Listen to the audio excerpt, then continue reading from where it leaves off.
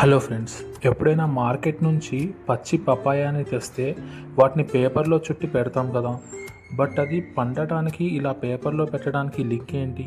Fruits పండడానికి ethylene అనే ఒక కెమికల్ని రిలీజ్ చేస్తుంది అనమాట.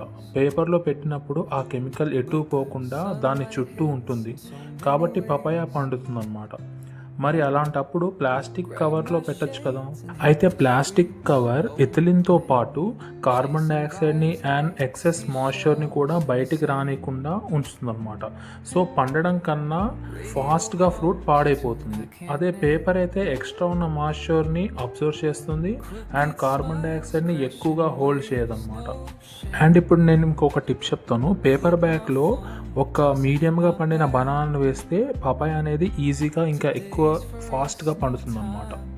అండ్ కస్టర్డ్ యాపిల్ యాపిల్ కాదు. సో కస్టర్డ్ యాపిల్ కూడా సేమ్ థియరీ అప్లై అవుతుంది.